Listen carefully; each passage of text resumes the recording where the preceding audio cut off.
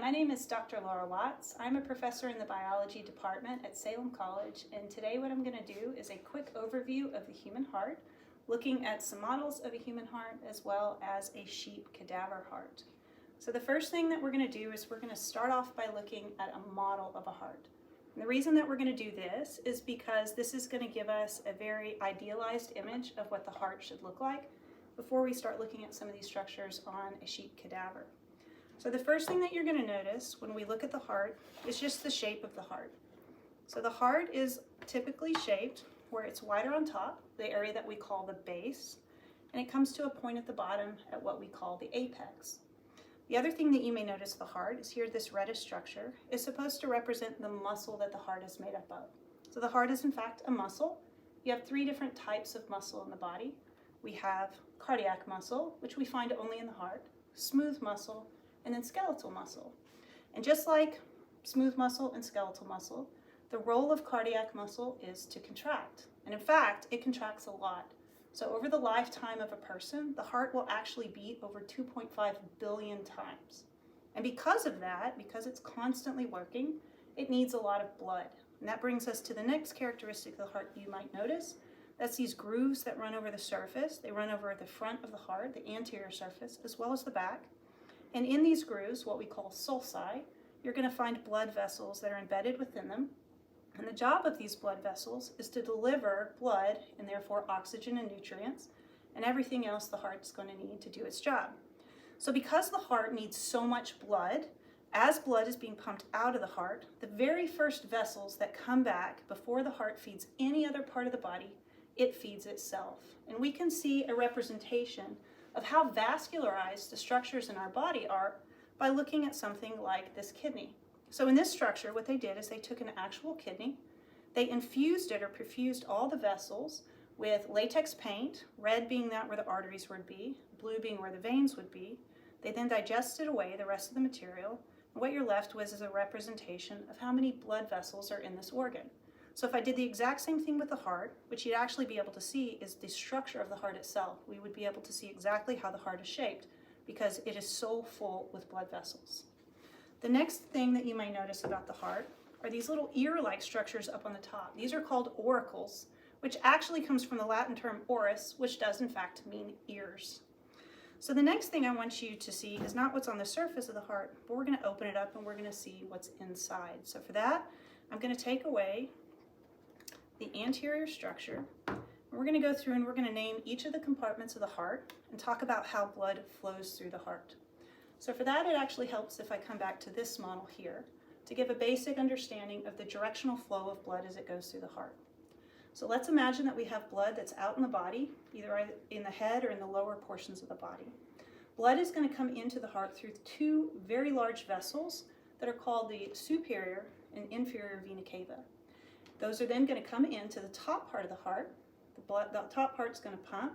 It's going to move blood down to the bottom part. That part's going to pump, moves it out to the lungs. It's going to come back into the heart from the lungs, starts in the top again, drops down to the bottom, and then gets pumped back out to the body. So we essentially have this constant circulation of blood from the body through the heart to the lungs, back to the heart, and then back out to the body. So let's name all the chambers that are going to allow blood to come in and then be pumped out. So again, starting here, we have the representation of that superior and now inferior vena cava coming into this top chamber on the right side of the heart called the atria. So when the atria contracts, blood is going to be squeezed out of the atria into the bottom chamber here. This is called the ventricle, and specifically these are both on the right side. So we have the right atria going down into the right ventricle. And as blood is passing from the atria to the ventricle, we actually pass through this structure here. This is called a valve. Specifically, it's the right atrioventricular valve because we're going between the atria and the ventricle on the right side of the heart. So what this valve does is it's really important. It keeps blood, when the ventricle contracts, from regurgitating or going the wrong direction. That'd put a lot of pressure on the heart and it would actually back blood up in the rest of the body. So that would be problematic. And in some cases, when that does happen, you can hear it. So instead of the heart sound like a bump, bump, bump, bump, or what we actually call lub dub, you would hear a swishing sound that we call a murmur. So as blood goes from the atria to the ventricle, it is then going to contract And from the ventricle, it's going to come up and first pass through this valve into this large vessel here called the pulmonary trunk. And it's that pulmonary trunk that's going to take the blood out to the lungs.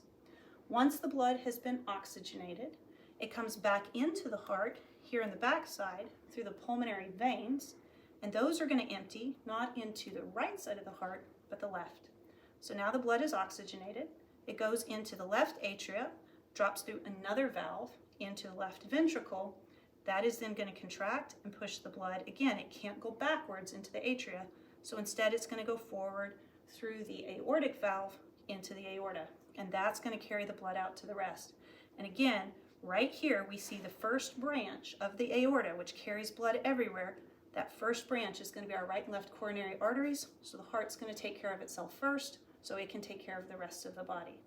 So that's the idealized model that I show you here. A couple other features to point out are just two things quickly. Here you see this kind of raised portion in the ventricle. These are called the papillary muscles. Gets its name from a papilla. Papilla just means a nipple-like projection. And those are going to anchor what are commonly referred to as the heartstrings or the chordae tendineae. That's going to anchor the cusps of the valves into the ventricle so that when the ventricle contracts, the cusps don't flip backwards and we don't get valvular prolapse. So now that you've seen this on a human heart, we're going to look at another heart model. And the reason that we're going to use the model that we are here, we're going to use a sheep's heart. And the reason for that is because the sheep's heart looks very similar to a human heart, unlike some other models. So here's an example of an amphibian heart. Here we have an example of a fish heart. And as you can see, the structure of the heart as well as the vessels associated with them from species to species can look different. In the case of the sheep heart, it's very similar to that of a human. So we'll look at it. So if you're doing a heart dissection, there's two basic ways that we do this. One, you can just cut. This is known as a coronal cut. So we're essentially going to separate the heart into a front and back, or actually an anterior and posterior, and open it up kind of like a clamshell.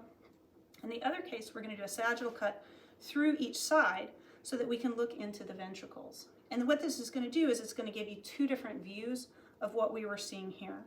So I'll start here by opening it up kind of like a clamshell. And what you're looking at here is you're looking into the atria as well as down into the ventricles. It's a little bit difficult to see some of the ventricular structures here because, again, we're doing a two-dimensional cut in a three-dimensional space. And so a lot of times we have to look not only at the back side, but the front side. But when you flip it around, you can see some of the structures I talked about. There's the chordae tendineae. You can see the papillary muscles. Get a probe. You can see the papillary muscles, those raised muscles that the chordae tendineae are attached to. You can also see, when you look at this, a really important feature of the heart, and that is that the muscle is not the same size on the right and the left. And the reason for this is because, again, remember, the right side of the heart was only pumping to the lungs. The left side of the heart has to pump out to the right, to the rest of the body. And just like any muscle, the more work it does, the thicker the muscle's going to get. So you can always tell which side of the heart you're looking at by looking at how thick the myocardium or the muscle of the heart is. So here you see it's very thin, and here you see it's much thicker on the left side. So you can see here, again, the ventricles going up into the atria. You can see the cusps. You can see the chordae tendineae. You can see the papillary muscles. And on this side, what I've done here is I've put two probes to demonstrate the blood vessels. So here you're looking into the ventricle. If you follow that cusp and you follow the probe, it's going up into the atria. And this is going to be on the right side of the heart. So this vessel here was going to be the vena cava that was bringing blood into the atria. On the left side of the heart, here again, I have the ventricle. Here is the atria. I'm going through these cusps as I come from this chamber down to the next. And then as the ventricle contracts, it's going to go through the aortic valve, and it's going to push that blood out this top vessel here, and that's the aorta. So I hope you've enjoyed this tutorial, giving you a basic understanding of the directional flow of blood through the heart, as well as some of the basic anatomical features of both a human heart and a sheep heart.